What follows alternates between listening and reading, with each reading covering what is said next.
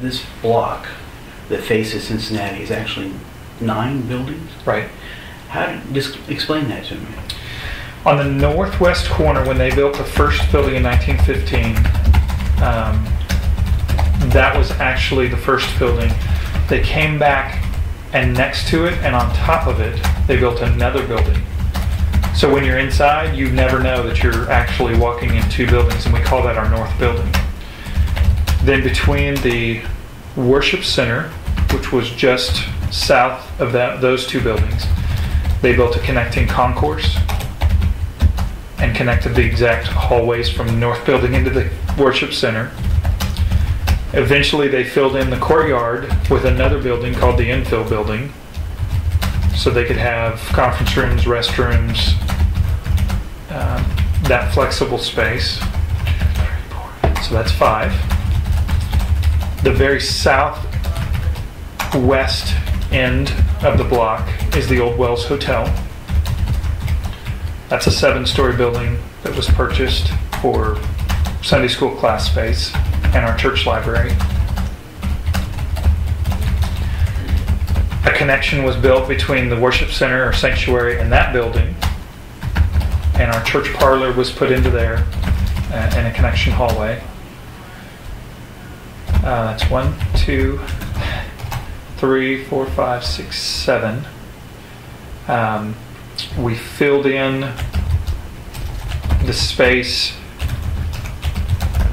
just to the east of that connecting concourse between the Wells Hotel and the worship center to build our mechanical room and orchestra room, a music suite. So that's another infill building.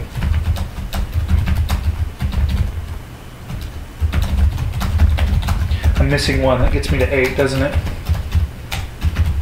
I guess the newest add-on, the new Detroit entry, is truly a separate structure with the portico, and then moving all the way into a connection with the worship center, the conference room, and the north building. We have built that new structure there. That would be our 9th building. And by the newest add-on, the Detroit entry, you're talking about in the Circle Drive. Building, Yeah, there's a portico to drive through, and that's now the main church entry off of the east side.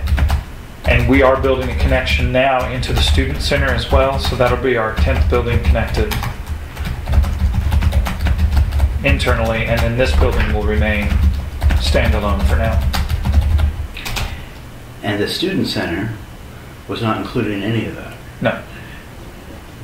So that will be 12 buildings all connected when that's all done. When that's I'm counting 11, but 11 or 12, yeah. What's the square footage? That's a great question. The student center is 25,000 square feet. This building is 75,000 square feet at 424 South Detroit. And the other half block I have had measured and remeasured, and every time somebody comes up with a figure, it's significantly off from the previous figure. We're guessing around 300,000 square feet with that half block.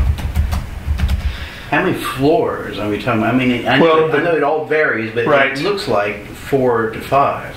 So the north building is 4 floors above ground and a complete ground level that's finished out with children's space. Each floor plate on that building is 14,000 square feet. So what does that get us? 4,000 square feet? 14,000 square feet. Okay. So that's... Well, that'd be 70,000. Mm-hmm. Then with all the connecting buildings that we've measured, there's tens of thousands in those. Those are all 1 to 2 stories. The worship center itself has the main floor and the balcony level. And the Wells Hotel is the other multi-story structure. That's 7 stories, plus a full basement. When was that built? I don't know. I tried to find out, and I don't know when it was built. We have pictures dating back to around the time when the worship center was built, but I don't know an exact date. You have downward slope. We do. So the hotel entrance, is it at the ground level, the underground level of the north building, or is it even lower? It is as low as the ground level of the north building. I have those elevations from the architect, and it's pretty amazing trying to figure out how we get folks that need assistance from one building to another.